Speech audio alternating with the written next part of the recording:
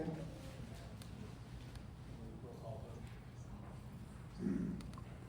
Mr. Don Rogers? To open up to the public. Mayor Lysander? Yes. Chair, Ms. Bolter? Yes. And Member Idell? All right, so are there any proponents that want to speak to the commission?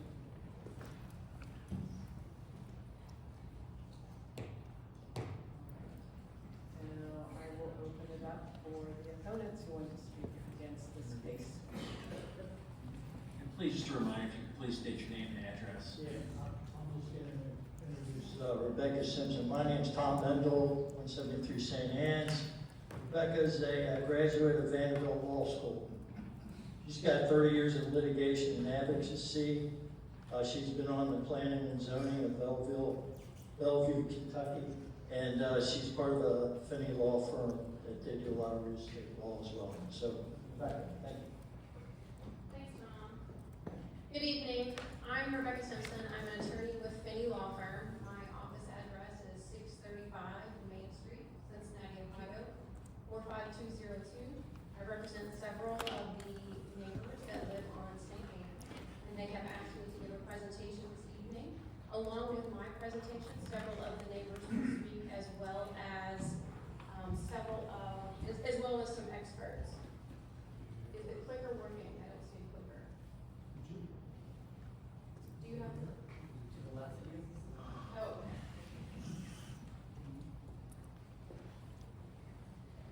So, Mr. Huth with the county and also Mr. Burley have pointed out that tonight our focus is section 17.8 of the village zoning code. We absolutely agree. And they have pointed out there are certain things that must be approved by the developer in order for the commission to be able to approve this development. We agree with those as well. The language is very simple in the code. What we disagree with is those requirements have not been satisfied. As Mr. Burley pointed out, there are three.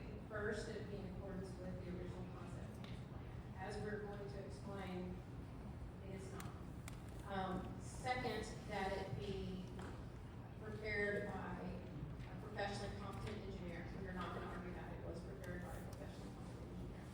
And then third, they must give evidence that the development will not impose an undue burden on public services and facilities such as fire and police protection. That is such as fire and police protection, not just fire and police protection, on all public services and facilities. So we're going to be talking about that tonight as well. So first, in talking about how it is not consistent with the original concept plan, if you will look at the Hamilton County has done an extensive staff report. They did one for the February hearing, and then they did an addendum to that.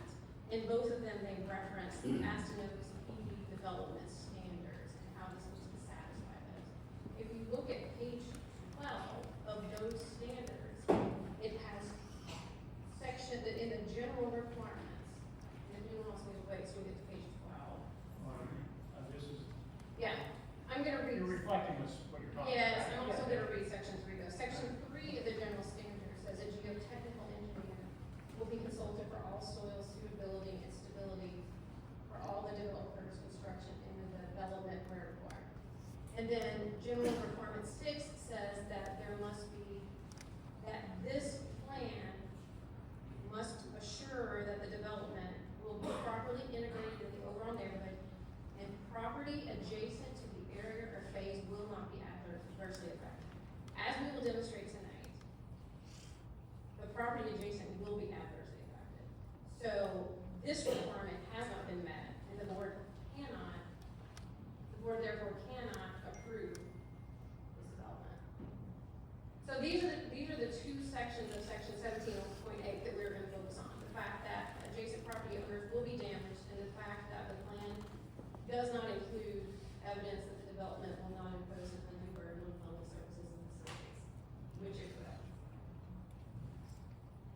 First, I want to talk about, there's been a lot of discussion tonight about the geotech study and about what was learned from the geotech study and the fact that we know that there's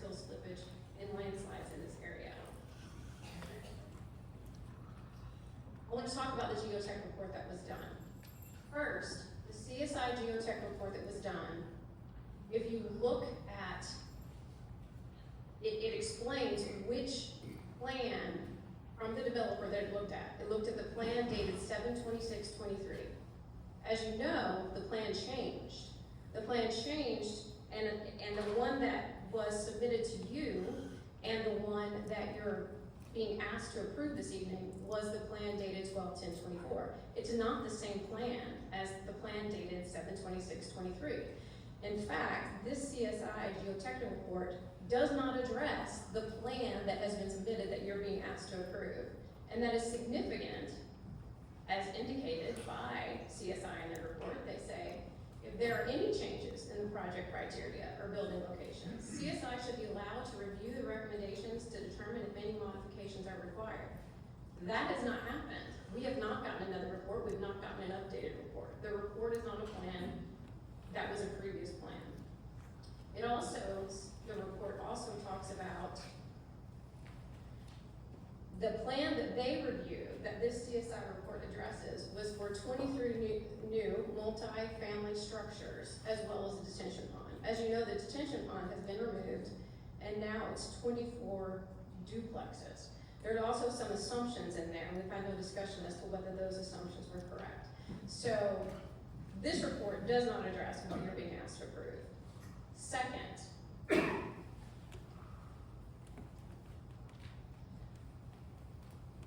this report points out correctly that this project has to be done to exacting standards that are not defined yet, and that further analysis is needed.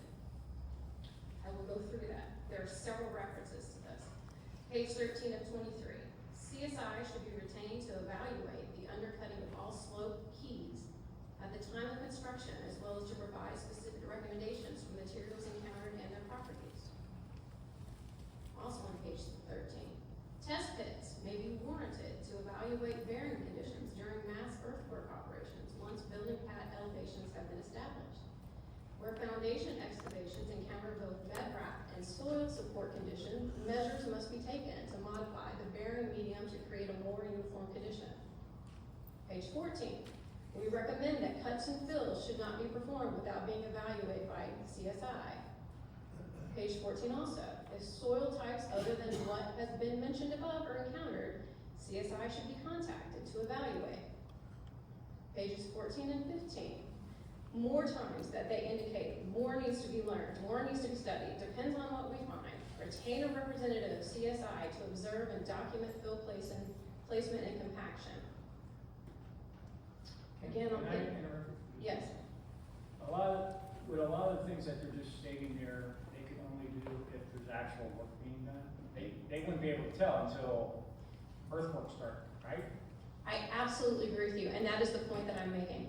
The point that I'm making is this. Let me ask you, is that true with every development that ever occurs? That is true with every development that ever occurs.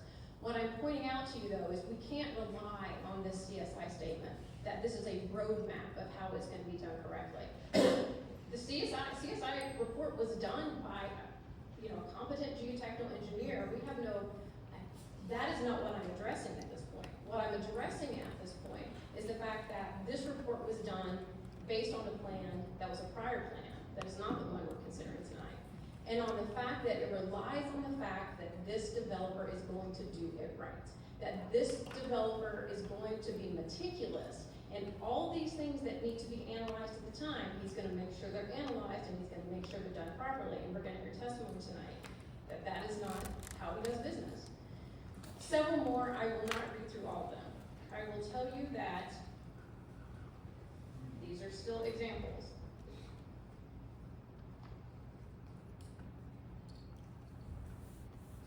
This is the summary at the end. It has been our experience that the construction process often disturbs soil conditions, and this process, no matter how much experience we use to anticipate constructive methodology, is not completely predictable. Therefore, changes or modifications to our recommendations are likely needed due to these possible variances.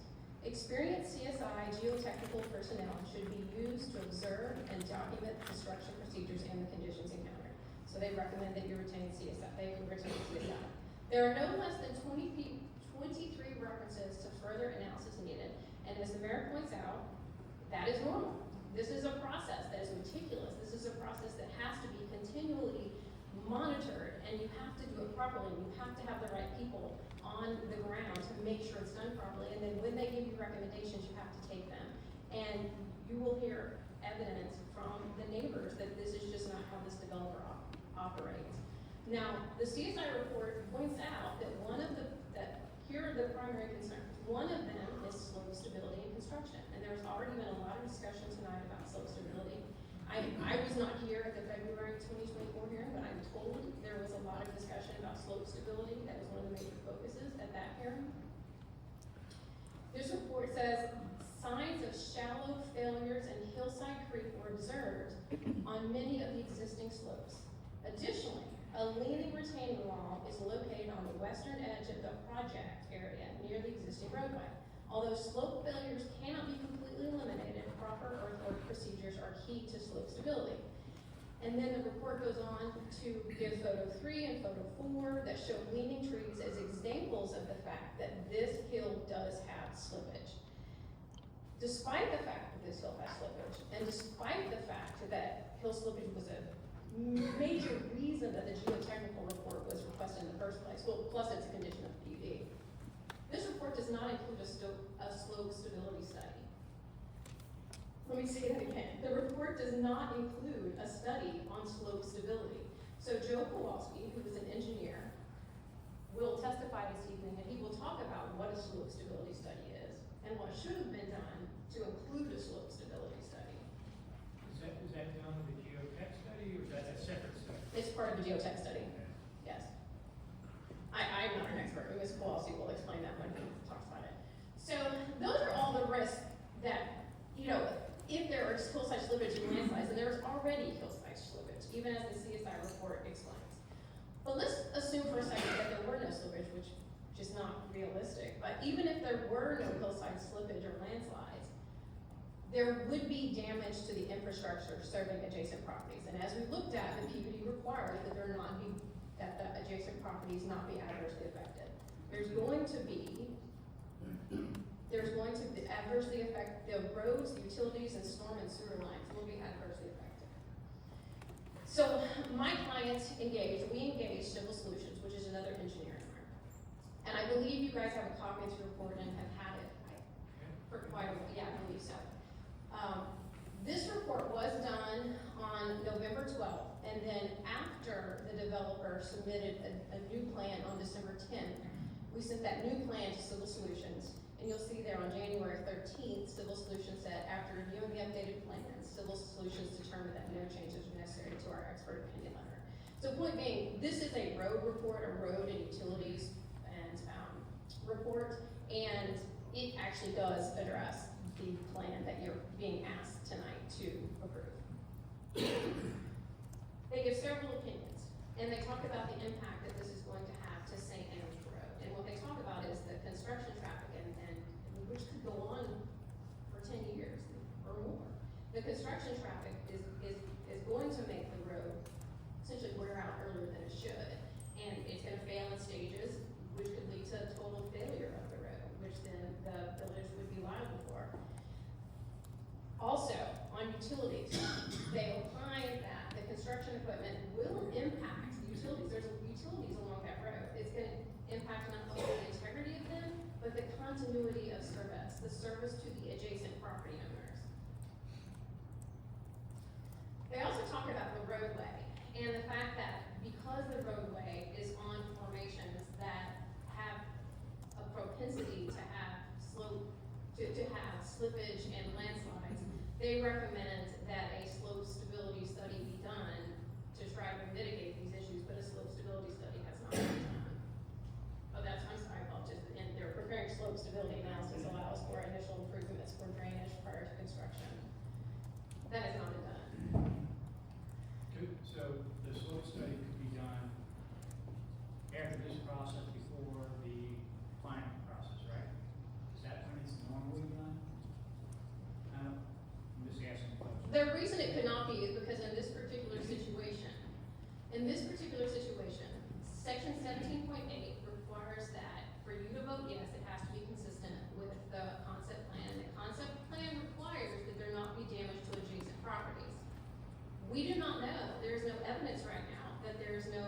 harm to adjacent properties. In fact, the evidence is that there will be harm to adjacent properties, to utilities, to the road, and then this is, in another part of Civil Solutions' opinion, they talk about how this damage to the road, to utilities, is going to impact the neighbors along St. Anne's. Maintaining access to the existing 19 residents along St. Anne's for the current owners and residents is critical. There's no possibility of alternative routes or detours. As you know, there's only one way in and out of St. Anne's to get to River Road. And there is no light there, it's just a stop sign there. So we're gonna talk about traffic in just a minute. So let me bring this up. So when Eagles Cliff was being done, which is off St. Andrews, all those houses that were being developed and everything down there, all the heavy construction equipment that would be used for this was the same equipment that came in through, Exit Oaks Drive, then to Turnberry, then to Muirfield, then left on St. Andrews. That's how most of the equipment, and even some went up from St. Anne's, up Turnberry, Abbey Hill, St. Andrews. And that process took, for all those homes to be built, by 15 years, from when the first one was built. And so that, to me, is an example of heavy equipment coming through the other streets that are already being used. And we did not experience any major damage to any of those streets. So why, there's a clear example of basically a subdivision like this being done after everybody else has been moved into St. Anne, Muirfield, what have you. And we did not see any major damage to those roads. Can you maybe explain why they think this would have such major damage to the street when we've had past experiences where that did not occur? Because I've been on council for, sitting on mayor for 13 years, council for 4, and through that whole process, all that construction was going on at East Cliff, and we did not experience any major damage. So I'm trying to get an understanding of why your Civil Solutions thinks there's going to be so much damage to the road when in past experience that has not occurred. I do think that Civil Solutions mentioned they already see that the road has had some damage because of the movement in that area, if I'm not mistaken. And thank you, that is what I was gonna point out. I was also gonna ask, because I'm not familiar with that development, I was not involved at the time. When was that? Eagles Cliff got finished 4 years ago. I'm looking by here. 4 years ago. Yes, my understanding is that. About 4 years ago, I think it was the final home when we dedicated the street. It's close enough. And I will tell you that Tom and Bob can probably address that because they lived there at the time and they're both going to speak. As you are correct that there is already damage to the road. As I drive that road, it looks like there's already been some repairs to the road and that the road Yeah, has we issues. repaired a lot of it over the last 2 years. Yes. So you have a road that is older, you have a road that has problems, you have a road that may have, the useful life of it may be shorter because of that. I don't know, that's not what this, we didn't have Civil Solutions look at why is the road in the condition it's in now. We had to look at what is the condition of the road at this point. And in looking at the condition of the road at this point, their expert opinion is that the road's useful life is going to be significantly shortened and that utilities can be impacted as well as the service to the adjacent property owners. And then they talk about the reasons that they believe these are a problem. One is that, with the construction equipment, there's no other possible alternatives, routes, or detours. And it says maintaining access is crucial for emergency responders. Ambulances, fire trucks, and police vehicles need uninterrupted access to all parts of the residential area. Poorly maintained blocked roads delay emergency response, which have life-threatening consequences. They talk about safety hazards, other safety hazards, large construction equipment, obstruct sight lines, and I don't know if, and I think you live in that neighborhood, so you may drive it fairly, often. I've driven St. Anne's a few times, and I will tell you, the second to last time I went, there was a Jeep parked on the right side, and I was going up a hill, and I had no idea there was a car coming straight after me, but, I just took a chance. The sight line is not good on that road, at least in that one instance. I'm not an expert on sight lines, but I was afraid to drive it. And also, we can talk about the other development, I think, and I don't know, Tom and Bob can address this, where it is on the road of St. Anne's. Is it closer to River Road or is it further away from River Road? It's a little closer, but It's a it's little up the closer. hill. so- Yeah, it's a little closer, so you're gonna have construction vehicles going further along St. Anne's for this development than you did for that last development. So it's going to, you know, the presence of the large equipment, it's gonna reduce the width of the roadways, it's gonna force cars and bicycles and pedestrians into tighter spaces, raising potential for accidents, and, you know, could block the golf course crossings. And again, Bob and Tom could probably talk about where those crossings are in relationship to the different, phases.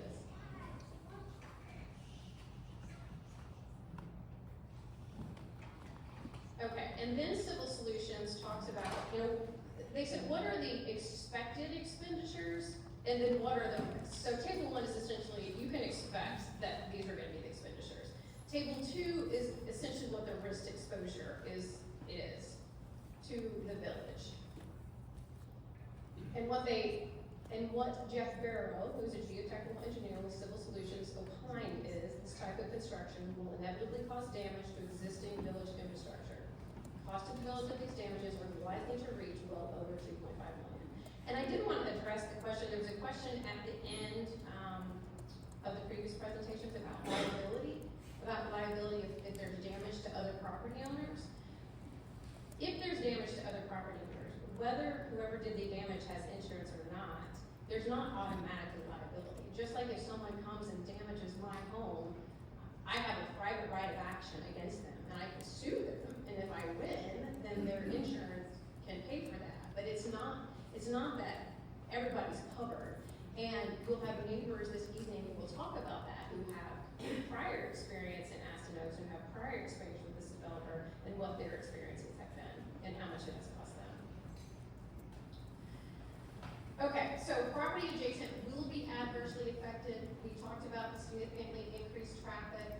We're going from 19 families on St. Anne's to over 67 families, so there's 24 duplexes, 48 more families, 48 plus 19, 67, if I did the math correctly. Only one access for emergency vehicles. Traffic is going to significantly increase. It's going to be dangerous for pedestrians. This is obviously going to impact the standard of living and the property values. And I will say that I appreciated that the village engineer asked the developer to do a sightline study, especially given my experience driving there. And the developer essentially said, no, you don't need one. And the village engineer still said, yes, we would like to have one, but we don't have one yet. So in summary, we just talked about the first bullet point, that section 17.8 is not satisfied, so this development cannot be approved because it's not in accordance with the original concept plan, because it does not ensure the property adjacent to the area or phase will not be adversely affected. The second point I want to make, and the second independent reason that this development does not satisfy 17.8 cannot be approved is because it does not include evidence that the development will not impose an undue burden on public services and facilities such as fire and police protection. We just talked about the fact that Civil Solutions has opined that there likely will be impacts and disruptions to utility service during construction, that there will be interruptions to people's use of St. Anne, to pedestrians and others. Absolutely, this is going to put a burden on public services and facilities. And talking about fire and police protection, let me just point out, the county's addendum to the staff report very astutely pointed out that in their submission, the developer presented no evidence. They didn't address section D, which is required in section 17.8, that evidence must be submitted that the development will not impose an undue burden on public services and facilities such as fire and police protection. Now, they got it tonight and said we don't think it will, but there's been no evidence presented of that. If you look at, Can I ask just a question? sure, What kind of evidence, just from my knowledge, how would evidence be presented? they could have had the fire or police department come and testify. They could have had a similar study done like we did with Civil Solutions that talked about the impact to roads. They could have had a similar study that talked about the impact to utilities. They could have done any of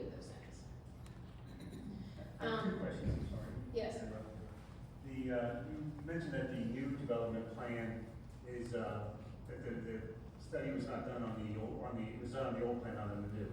But the new is a much smaller scope than the old, is that correct?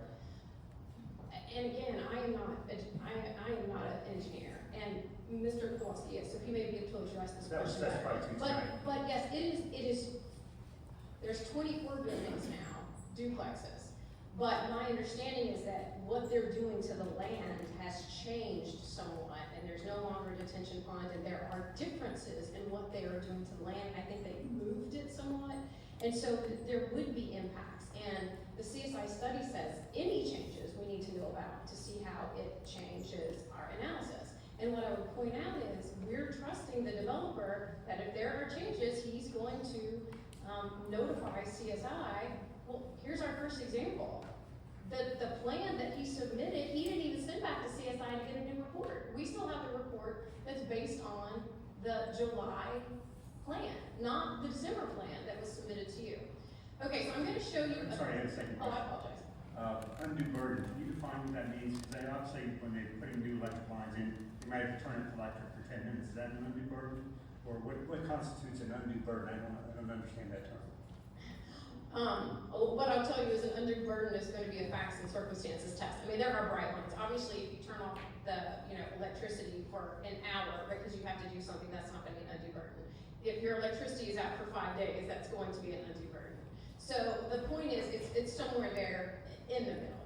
And we have presented a study that says that there are going to be significant road impacts, significant utility impacts, significant impacts to pedestrians using the roadway. And then, frankly, it's up to you guys to consider if those are undue burdens or not, or, if this ends up in court for a court to determine if it's an undue burden or not. Thank you. So, this video that I'm gonna show you is the fire department did come out, and this is the cul-de-sac at the end of St. Anne's. And the fire department came out to see if they could make a turn in this cul-de-sac, and let's see if I can make the video play. Okay, here we go.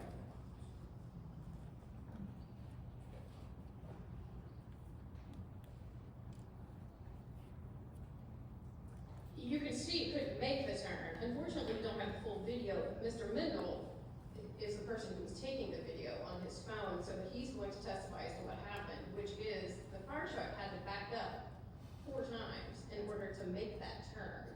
And that's why the zoning code now requires larger cul-de-sacs. One of the reasons is the turn radius for the fire department. And if you look at the development, this is comparing the bottom cul-de-sac is to scale of what the cul-de-sac is now on St. Anne's, and the top is the cul-de-sac that is being proposed, and they appear to be exactly the same size, which means we're gonna have 2 cul-de-sacs that are too small for the fire truck to turn around in.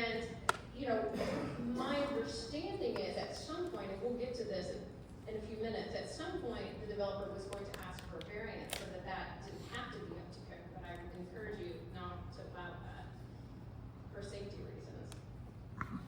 So, in summary, there are 2 reasons that, at least 2 reasons that this plan in particular does not satisfy section 17.1 of the North Bend zoning code, so it cannot be approved tonight. I want to talk about also, the village has been very responsible in passing an earthworks ordinance in order to, and it says, to prevent hazard, to safeguard life, limb, property, and the public welfare, to preserve the natural environment of the village of North Bend as it relates to stability of hillsides and slopes, and to control erosion and sedimentation by the regulation of earth-disturbing activities, excavating and filling of land by means not limited to, and they give examples, protecting the stability of sensitive slopes. This was forward thinking. This is exactly what we're addressing this evening. This ordinance was created to regulate developments just like this. So this is looking at Google Earth, this is the development area now. And then when you overlay it with the plans, and then you take the trees out, you see there's a significant amount of trees, most of the trees, that are going to be removed. And as Mr. Kowalski discuss. The earthwork that they're planning to do is they're moving, you know, earth from one area to another, and because of that, for reasons I can't explain, but he will, it is very unlikely that the trees that you see remaining right there are gonna remain. It's very likely that those are going to be gone. So looking at earthworks requires that the developer take these things into consideration. Retain and utilize as much existing vegetation as possible to slow water runoff. And I believe one of you asked earlier about that. And, I mean, as we look, it's really not retaining, it's not retaining much, and as Mr. Kowalski will testify, it's probably not retaining virtually anything. Preservation of existing trees, shrubs, and other plant life, I'm assuming this was plant life, is strongly encouraged. That is not being done. Protecting trees around the perimeter. Well, most of the trees around the perimeter are just gone. And then it says the smallest practical area of land shall be exposed or denuded at one time, consistent with the construction operation. If you look at the plans, what they're doing is taking fill from one side. Rather than buying fill and bringing it in, which would be more expensive, they're just taking dirt from one part and putting it on the other, which means they're gonna denude the whole fill at one time, which violates section H. So point being, even if, well, let me get to this point first. The section 1400.03 of your earthworks regulation says, no property shall cause or allow any earth disturbing activity, excavation, or filling, which does not conform to these regulations, which this will not. So even if it did satisfy section 17.8 for the reasons we discussed, it does not, it could never pass the earthworks ordinance and get its permits. All right, so I said that I was gonna discuss variances, and this really is a question, oops, I hit down, Kevin, can you fix it, please? Thank you. Back in September of 2023, the developer sent an email to,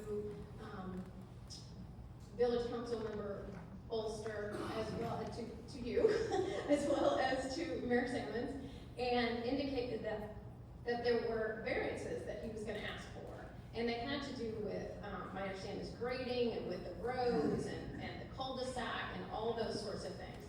And he said, yeah, really none of this has to do with safety. Well, we would disagree with that. I mean, the size of the road is gonna determine, you know, is there room for someone to walk their dog, or the cars to safely pass by, or for someone to park on the side without there being a sightline issue. And we saw the issue with the cul-de-sac. I don't know, honestly, if he's still asking for the variances or not. But I do think that that is a question that needs to be answered. These things that he had said. Nothing has ever been formally requested for any variance. Well, I guess my question then is, do we know that the road, the width of the road is meeting code? Do we know that the width of the cul-de-sac is meeting code? Do we know that the grade is meeting code? The village code?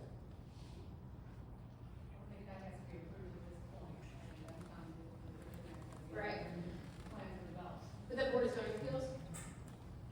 No, I think in your plan for development, that is. Okay. I guess my point here is, we've not seen any evidence that the developer is not now going to be asking for these variances. And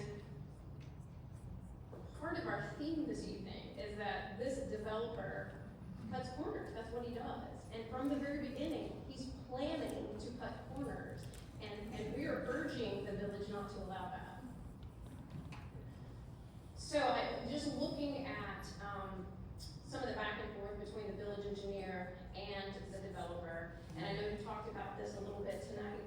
The village engineer did, and said that they, you know, there was a memo early on where the village engineer said there are several things that we believe are missing, and there was an email sent back from the developer essentially saying, well, they aren't really missing, they're in there, or you don't need them, or, well, they didn't really add anything. They just said either have it or you don't need it.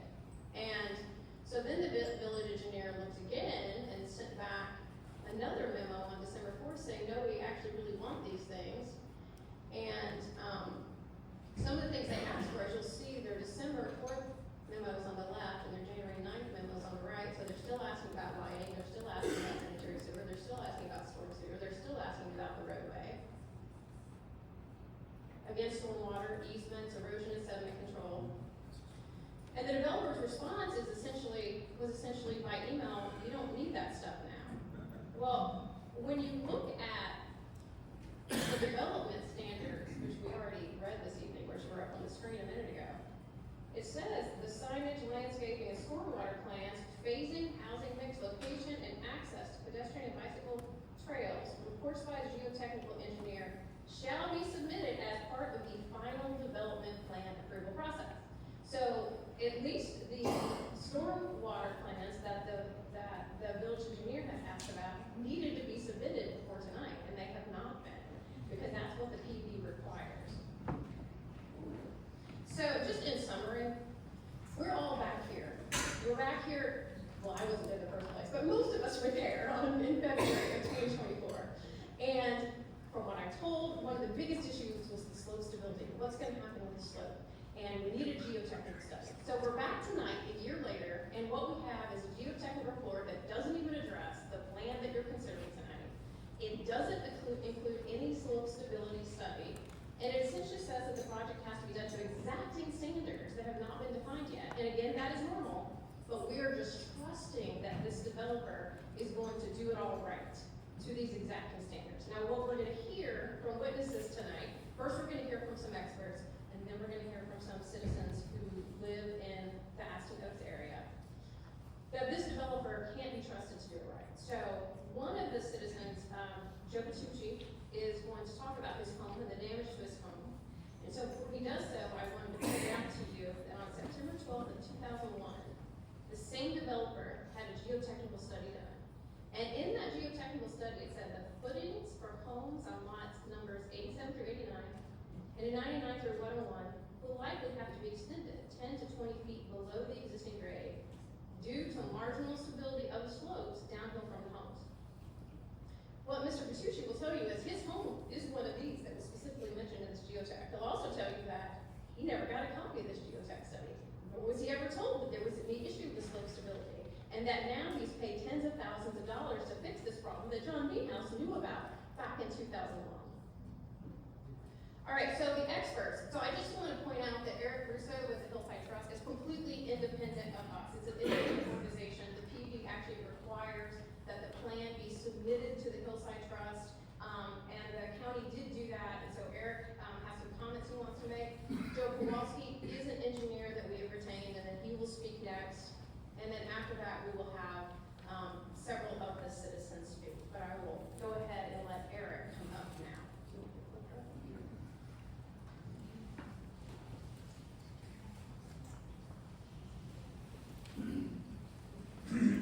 Good evening. My name is Eric Russo. I'm the Executive Director of Hillside Trust. My address is 710 Tusculum Avenue, Cincinnati, Ohio, 45226.